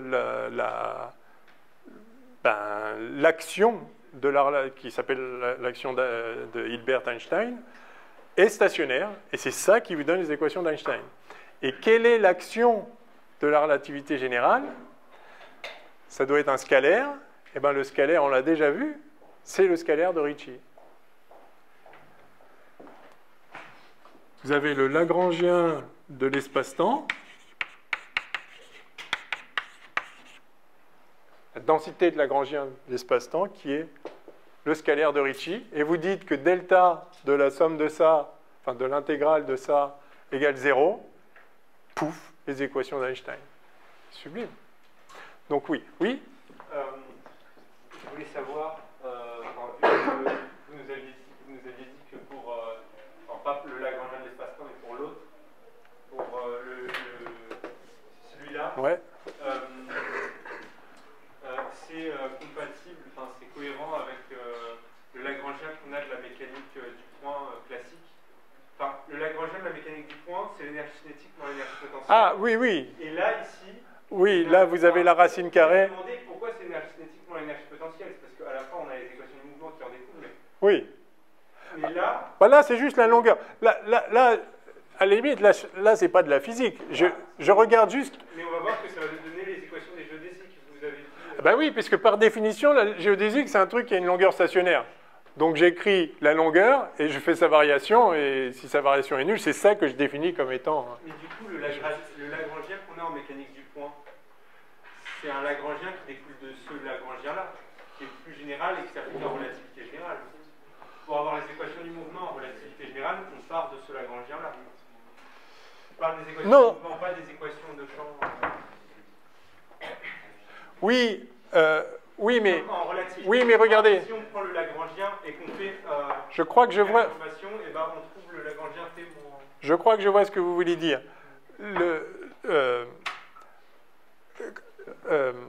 En relativité générale, et aussi en physique newtonienne, le mouvement d'une particule libre est une droite dans l'espace-temps, est une géodésique de l'espace-temps, d'accord? Enfin, est une droite, enfin, en physique newtonienne, c'est un mouvement rectiligne uniforme, dont on a vu qu'en fait, ça veut dire une droite dans l'espace-temps. Et ça, c'est conservé en relativité générale, donc une particule libre a un mouvement rectiligne uniforme. Du coup, Donc elle suit une géodésique, en ce sens-là. Et je crois que votre question, c'est quel est le rapport avec ça? Mais vous voyez, en fait, là, ce que vous avez ici, vous avez 1,5 de MV... Enfin, là, en fait, vous avez racine de 1,5 de MV2, en quelque sorte. Vous avez la racine parce qu'ici, vous voulez l'invariance par reparamétrage, justement. Et on a vu que le reparamétrage, si vous multipliez ça par k, ça, il vous le divise par k, ça, il vous le divise par k, ou l'inverse. Si vous ne mettez pas la racine, ce n'est pas invariant par changement de paramétrage. Ça ne colle pas. Mais pour une particule libre, voilà ce que vous avez. Enfin, je dis le 1,5 de m, il n'y est pas, mais si c'est stationnaire avec sans le 1,5 de m, c'est stationnaire avec le 1,5 de m. Donc ça va donner la même équation. Normalement, vous avez ça. Moins V de R. Mais, pour une particule libre, vous n'avez pas ça. Donc, en fait, vous voulez ça stationnaire. Bon, ça stationnaire ou sa racine, comme en reparamétrant, on va le voir tout de suite, vous pouvez donner la valeur que vous voulez, à la vitesse. D'accord ? Vous pouvez même vous débrouiller pour que la vitesse soit toujours 1 le long de la courbe. Vous ralentissez quand il faut, vous accélérez quand il faut, vous pouvez débrouiller. Ça ne va pas changer la longueur de la courbe. Donc, la courbe qui est une géodésique sera de toute façon une géodésique. Donc, c'est pas contradictoire. Non, justement, j'étais en train de me demander si le fait que le Lagrangien ce soit T-V en mécanique du point, ça ne découle pas un petit peu de ce Lagrangien qu'on est en train de voir en relativité générale, qu'on ne pourrait pas se dire qu'en fait, ce Lagrangien, depuis le début, c'était la minimisation de la longueur de l'espace-temps. En tout cas, en relativité restreinte, oui, mais, si on prend la minimisation de la longueur de la courbe, là, oui, on retombe sur... et c'est ça, oui, mais là... donner du sens à ce Lagrangien qui, en mécanique classique, n'avait pas de sens. Non, mais sauf que là, ça fonctionne que pour une particule libre. Il y a un moment, il va falloir mettre des champs dessus. Enfin, alors, en physique classique, non quantique, il n'y a qu'une seule force qu'on peut exprimer classiquement, c'est la force électromagnétique, enfin le champ électromagnétique. Mais donc, à un moment, il va falloir mettre le Lagrangien de l'électromagnétisme avec, vous avez dû voir ça, F menu, ici, le tenseur de rang 2, enfin, il y a un quart quelque part, enfin, peu importe. Et donc, oui, il faut quand même mettre un potentiel si vous voulez des forces. S'il n'y a pas de potentiel, oui, ok, c'est une géodésique. Et après, si vous mettez des champs, donc le Lagrangien en physique classique, il est intéressant quand il y a des champs dessus. Sinon, ok, vous dites, ça va tout droit, ça va tout droit. Pas besoin de tout un truc autour. Donc, enfin, je veux dire, de tout un formalisme qui vous redonne la ligne droite. S'il faut postuler le formalisme juste pour dire qu'à la fin, ça donne une ligne droite, postulez la ligne droite, ça marche aussi bien. Oui. Par contre, si vous voulez mettre des champs dessus, et là, d'un seul coup, vous voyez la structure sous-jacente et qu'effectivement, il y a une structure lagrangienne, c'est-à-dire un principe de moindre action sous-jacent. Pourquoi? Mais en tout cas, il est là. Enfin, en tout cas, il suffit de postuler ça et tout le reste en découle. Donc là, ça devient économique, tandis que sinon, c'est juste un surcroît de structure à rajouter. C'est juste pour dire que ça va tout droit, quoi. OK. Donc, voici la vitesse. Du coup, ça, là, ce n'est rien. Donc, enfin, tout ça, c'est racine de GIJ x point gamma I et x point gamma J. D'accord ? Donc c'est ça en fait, la longueur. Donc soit on fait une variation de ça directement. Alors attention, oui d'ailleurs c'est intéressant parce que on dit il n'y a que le terme cinétique, il n'y a pas de potentiel. Donc ça va être très simple, les équations, enfin ça dépend que de la partie vitesse, enfin que de la... Mais sauf qu'attention, G dépend, lui, de la position. D'accord ? Habituellement, vous avez, comme vous dites, vous avez T-V, ça dépend que des X points, et puis ça dépend des X. Si vous n'avez pas de potentiel, bon, c'est trivial. Oui, non, mais attention, là, il y a X. Hein, c'est G de X gamma de lambda. C'est la métrique là où on est. Et la métrique peut être très bien différente ailleurs.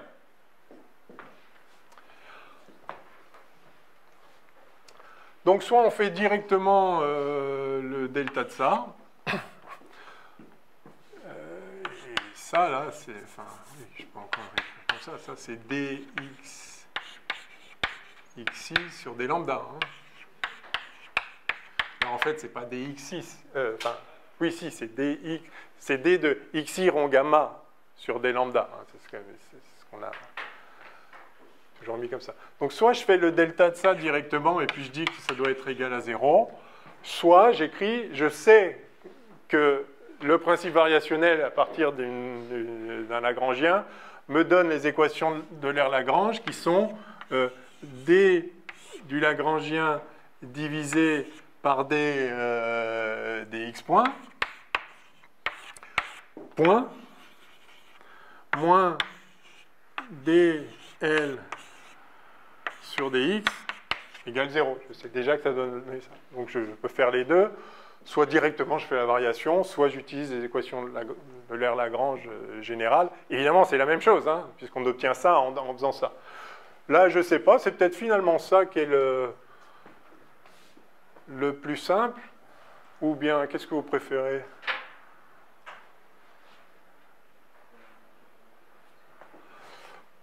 On va essayer ça.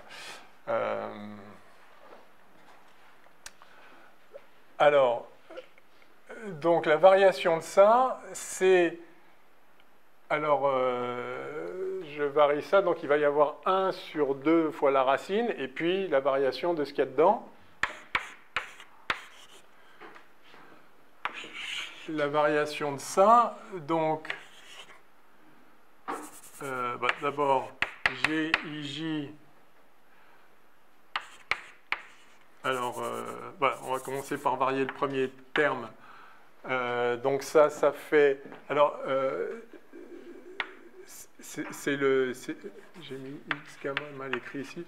On a un delta x ici, donc ça va faire d GIJ sur dxk delta de xk, d'accord, fois les x points,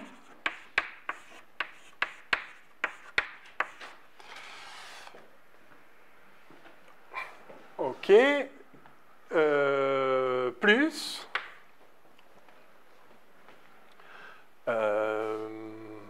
pareil, 1 sur 2 fois la racine de, donc cette fois, GIJ de x, x gamma, de lambda. Et maintenant, je varie ça. Donc ça, c'est dx sur d lambda. Enfin, ça, c'est ça le x gamma point, là. En fait, i. Voilà. Donc ça fait d delta de dxi, ça fait d de delta xi sur d lambda. Et x point j, le deuxième. Et puis, c'est symétrique en fait. Je vais avoir plus, si maintenant je varie l'autre, plus la variation de celui-là, mais en fait, comme ici c'est symétrique, i et j, je vais avoir 2 fois celui-là. Donc ça me fait ça. D'accord ? Je vais fois 2. D'accord ? J'ai le terme symétrique. Donc le fois 2, je vais dire ça. OK ? Ben en fait, ça y est, parce que... oui, donc maintenant, vous êtes dans une intégrale là comme ça, et cette partie-là, alors là vous avez... tout ça c'est fois des lambda. Et là vous avez en fait une intégration par partie. D'accord ? Vous avez... si je mets le xj...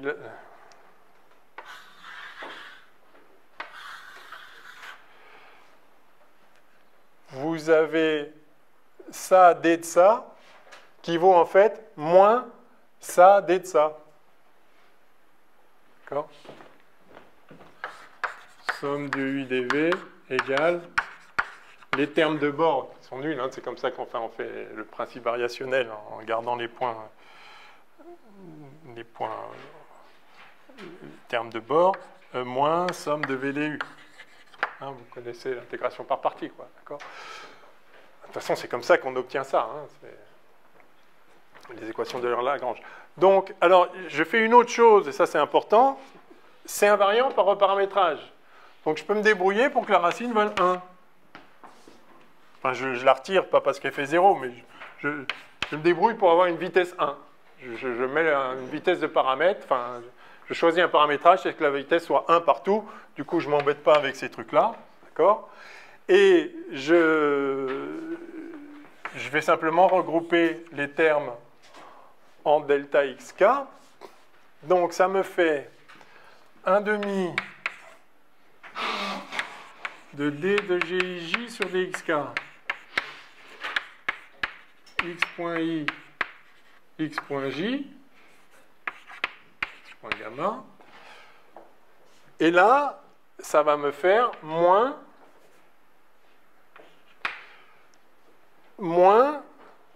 delta xi et d sur d lambda de... alors, il y a un 1,5... Ah non, le 1,5, il est parti avec ici. Donc, de gij de x gamma x.j. Voilà, tout ça fois des lambda. Vous êtes d'accord? Somme de tout ça égale 0 équivaut à somme de tout ça égale 0. Et donc...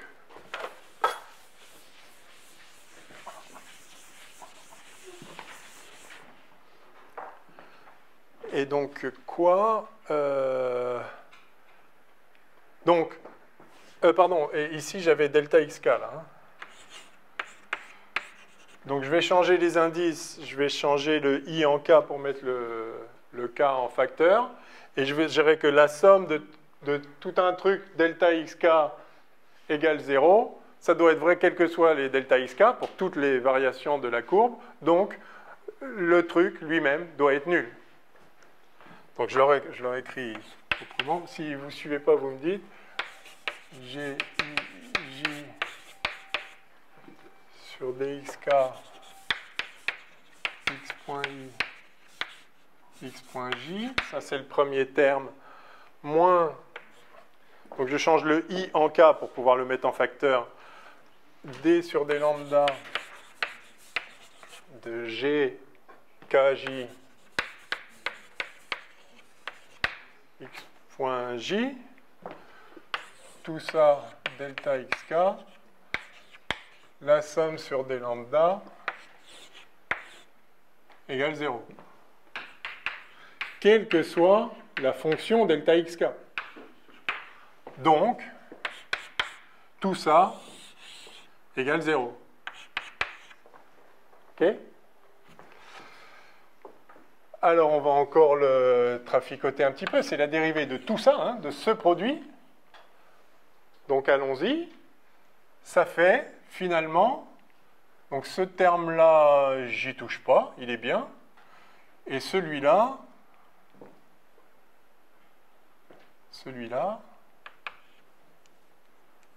orange,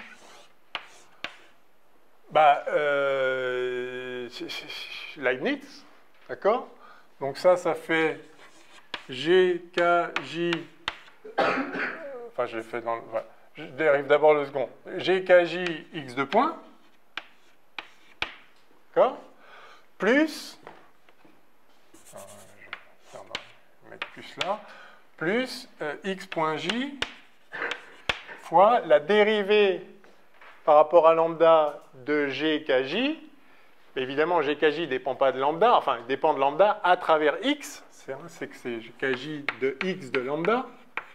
Donc la dérivée de GKJ de x de lambda, c'est la dérivée de GKJ par rapport à xi fois la dérivée de xi par rapport à lambda.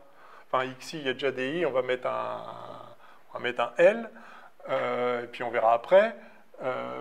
Donc ça, c'est d sur dxl de GKJ fois x.l. OK?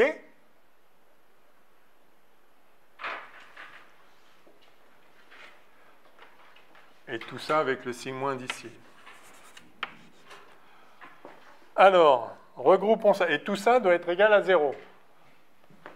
Tout ça égale 0. Par conséquent, j'ai GKJ x de point J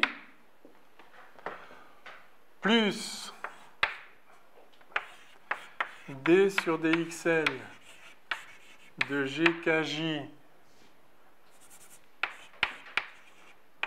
x.j x.l, c'est ce terme-là,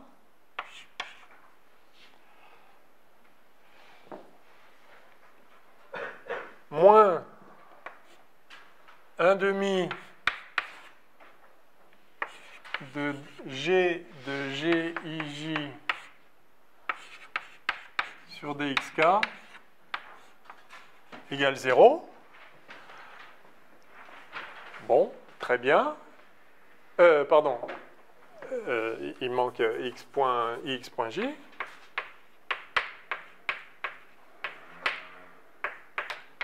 Égale 0.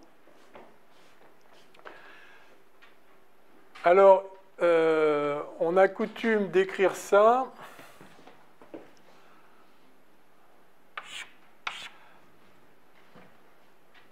Attendez, j'ai un K qui ne va pas là. Si? Non? Non? Oui? Non, c'est bon. Non, j'ai bien un K partout en bas. Et c'est tout. Ouais, OK.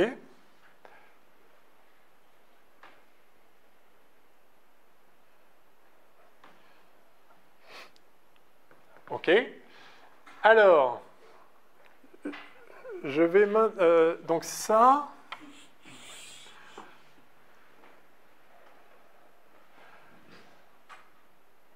C'est symétrique ici en J et en L. Donc ça, on peut l'écrire en fait 1/2 de D sur dxl de GKJ plus 1/2 de D sur dxj GKL fois x.j x.l. Vous voyez ce que j'ai fait? J'ai juste, comme ça c'est symétrique, j'ai rendu ça symétrique aussi, j'ai pris 1/2. J'ai dit que ça c'était la même chose que 1/2 lui-même plus 1/2 lui-même, ce qui est une évidence. Et là vous allez me dire, mais c'est pas le même. Si, c'est le même parce qu'en fait c'est symétrique. Donc là j'ai rien fait, j'ai fait une astuce habituelle, on n'est pas du tout obligé de faire ça, c'est pour rendre à la fin l'expression plus symétrique, plus facile à retenir, mais ça n'a aucune importance. Alors j'ai toujours peur d'effacer les lignes précédentes parce qu'il n'est pas exclu que j'ai fait une erreur, quoique vous avez tous vérifié à chaque ligne en détail. Donc s'il y avait une erreur, vous auriez hurlé. Donc je peux y aller sans crainte. OK.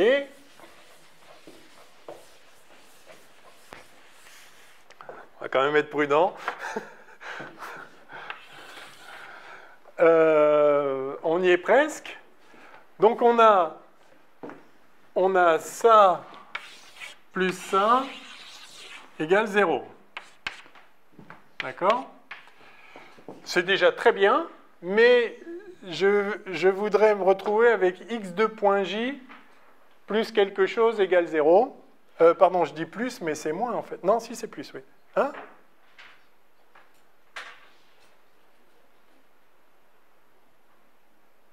Oui. Ah. Non, c'est bien, tout va bien, tout va bien. Comment je fais pour virer ça? Ben, G est inversible. Je vais utiliser la matrice inverse. Le H ou le G qu'on note avec les indices en haut. Donc je multiplie ça par... Alors je vais faire une somme sur K. Je multiplie par G, K, mu. Why not? D'accord? G, K, mu. Donc ça... Ah, K, mu, c'est vrai, c'est très bien. Donc G, K, mu fois GKJ, ça me fait delta mu J. D'accord? Donc je multiplie toute l'équation par GK mu. Je fais ce que je veux. Si le truc est égal à 0, GK mu fois le truc est égal à 0. Et donc en fait, ça me fait delta mu J ici. Donc je me retrouve avec x2 point mu, x2 point J fois delta mu J, plus GK mu,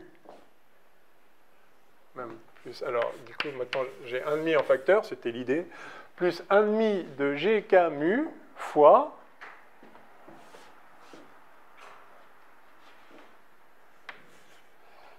fois la même chose. Et puis après, je vais changer les indices, mais je fais cette étape intermédiaire parce que sinon, je vais faire une erreur quelque part. Et je ne suis pas tout à fait sûr que vous hurliez vraiment si c'était le cas. GKL. Tout ça. X.I. X.J. Pardon. Oui, non, dites. Il n'y a pas les J qui se transforment en... Pardon? Il n'y a pas les J qui se transforment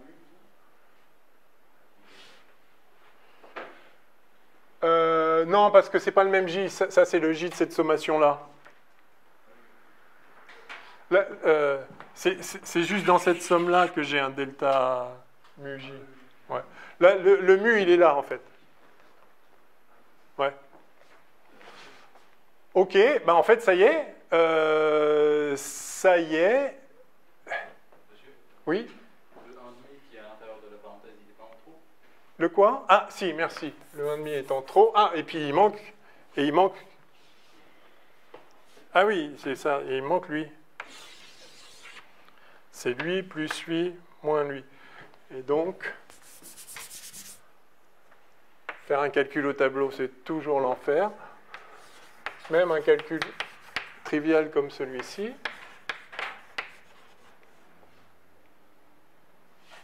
C'est tout ça fois x.i, x.j égale 0. Et ça, c'est une merveille absolue. Parce que ça... Bon, maintenant, je suis content, je vais effacer.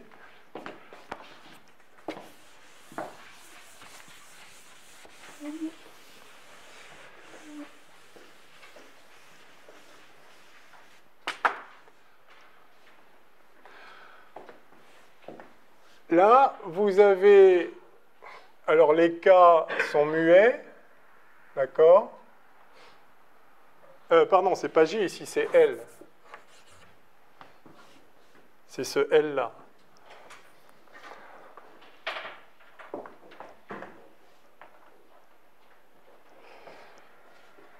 Et c'est le même que là. Donc là, vous avez... Ah, non, si, c'était un J, attendez. Si c'est un J, c'est ce L-là qui me pose problème.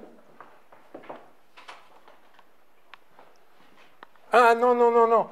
Oui, oui, oui, d'accord. Non, parce que là, il s'appelait J, et là, il s'appelait L. Mais il est muet ici. Donc, je le renomme J comme dans l'autre terme. D'accord? C'est ce... J'ai ce L-là qui va avec ce L-là. Je peux l'appeler J si je veux. C'est ce L-là qui allait avec ce L-là, et ce L-là aussi. Hein. Donc, voilà. Voilà. Et là aussi, du coup, il doit s'appeler J. Voilà. OK, donc là, j'ai bien... Ah non, j'ai... Ah, merde. Il fallait bien que ça arrive. Oh non. Why? Pourquoi n'avez-vous pas hurlé? Ah, oui, J. Donc ce J, c'est un I. Ah! Non, pourquoi? Si, I. Oui, là j'avais KL, j'avais L, J. Donc ce J-là, il devient I. Vous suivez, hein, bien sûr. C'est lequel, celui-là? DKJ. Donc je mets tout des...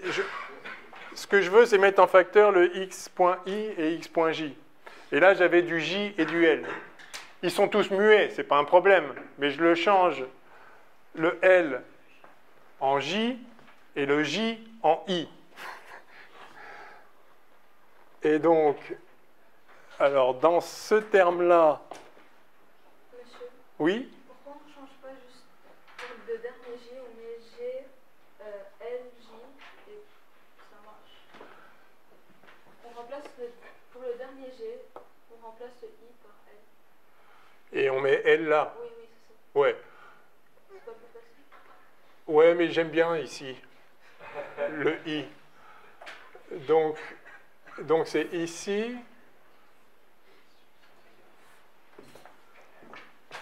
Si, ici c'est bien J. Non.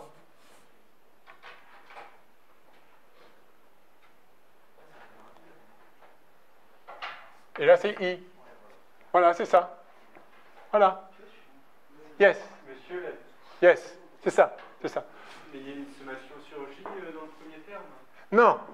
Il y a 2 J, je vois. Oui. C'est un I, c'est ça? Oui. Ok. Yes. Bon, ce calcul-là, refaites-le aussi. Mais en fait, il n'y a pas d'erreur. Il y a un mauvais remplaçage d'indices, mais le calcul, il est trivial. Hein. Il y avait 1 ligne, 2 lignes, 3 lignes. Il est vraiment trivial, ce calcul. Jusque-là, c'est bon. En réécrivant, là, il faut changer les bons indices, mais ça donne ça. Et là, ça vous saute aux yeux que ceci est une merveille. Parce que si j'écris ça égale gamma mu i j. Monsieur, il n'y a pas besoin de réécrire tous ces symboles comme 3 termes de dérivés. On avait déjà 2 termes de dérivés, c'est bien, non? Oui. On voyait déjà que les termes de géométrie, qu'elle était apparue. Oui, mais... Oui, bien sûr. Mais il est traditionnel de décomposer ce terme en 2 fois la moitié de lui-même pour faire apparaître ici une symétrie. On a dgki sur dxj plus dgkj sur dxi. C'est esthétique. Et ça permet de sortir le 1,5. Donc il y a bien 1,5 global. Lui, plus son symétrique ij, plus, moins le ij divisé par des... C'est pour ça qu'on l'a écrit de cette manière. Voilà, c'est purement esthétique, ça ne change rien. Le point clé qu'on a vu effectivement dès le début, c'est qu'on a un x de points et un produit de x points. Et ça, vous reconnaissez donc l'équation géodésique. Alors on l'avait écrit avec k au lieu de mu, bon, à ceci près.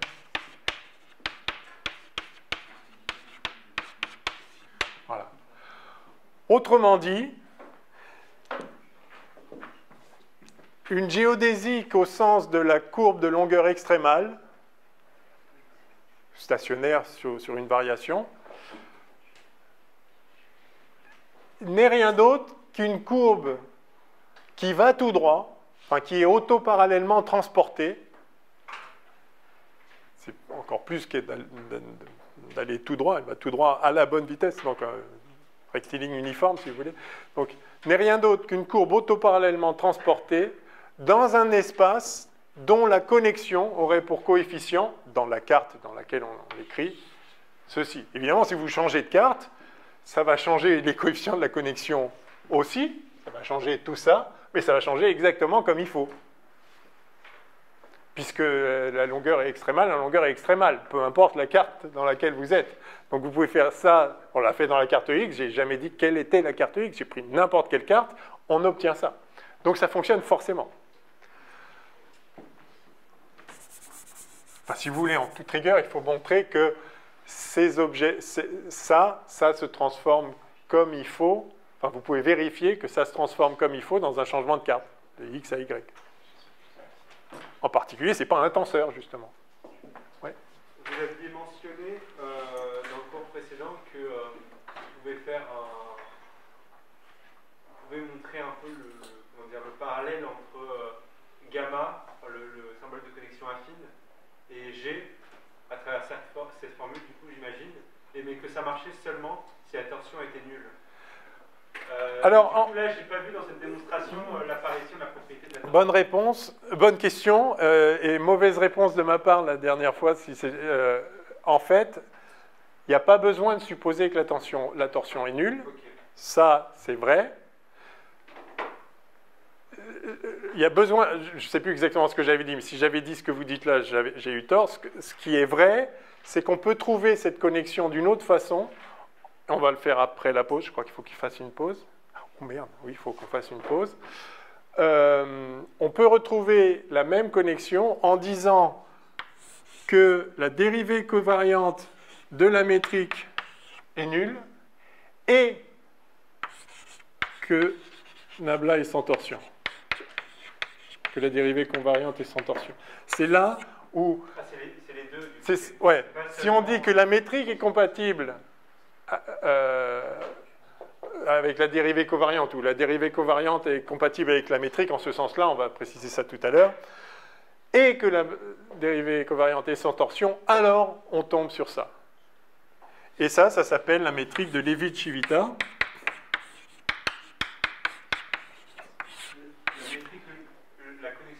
La connexion de Levi-Civita associée à la métrique G. Pardon. Les Italiens sont à l'honneur, on a des collègues italiens ici. Levi-Civita, génie. Ricci, génie. Ricci Courbastro, il s'appelle en vrai. Il y a une école italienne de géométrie différentielle qui a assuré.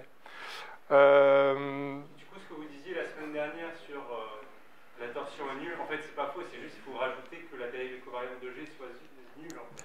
Oui, il se peut. Alors, il se peut que j'ai dit que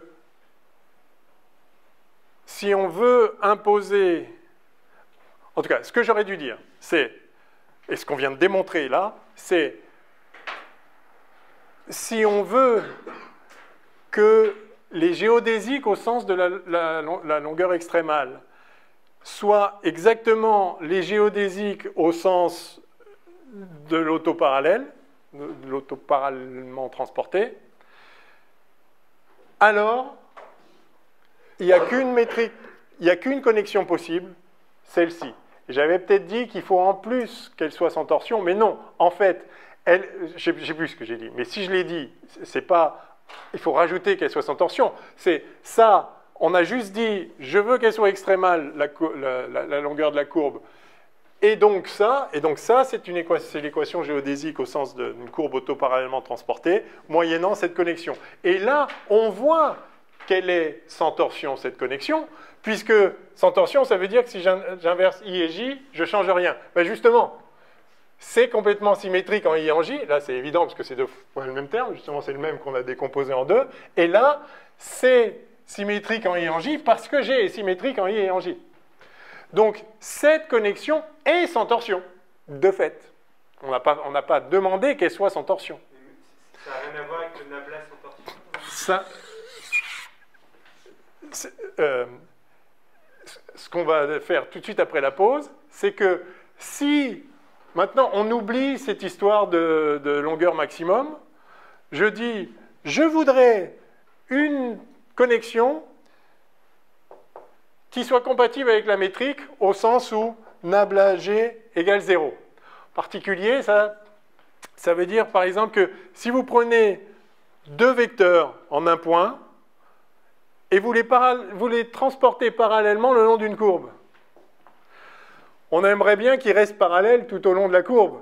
Parce que si vous les... Enfin, pardon, qu'ils restent avec le même angle, enfin, qu'ils restent avec le même produit scalaire, que G de x, y soit le même. Si vous transportez parallèlement un vecteur et un autre, et s'ils avaient un certain angle, ils gardent le même angle. C'est la moindre des choses. Enfin, c'est la moindre des choses. Ça pourrait ne pas être le cas, mais c'est naturel de demander ça, parce que c'est quand même, ça va avec la notion de transport parallèle. S'ils sont parallèles, vous les mettez ailleurs. Si vous êtes... Bon, bref, vous avez compris. Et donc, si on demande cette compatibilité, et qu'on rajoute qu'on veut qu'il n'y ait pas de torsion, alors, ça implique ça. Et du coup, ça tombe bien, les géodésiques sont aussi des courbes de longueur extrémale. Mais là, vous avez besoin d'imposer qu'il n'y ait pas de torsion pour, à partir... C'est-à-dire, ça tout seul ne caractérise pas cette connexion-là, la connexion de Levi-Civita, mais ça et sans torsion implique Levi-Civita. Et une fois que vous avez Levi-Civita, de fait, les courbes, aller tout droit ou prendre le chemin le plus court, c'est pareil. Vive la géométrie différentielle, pause.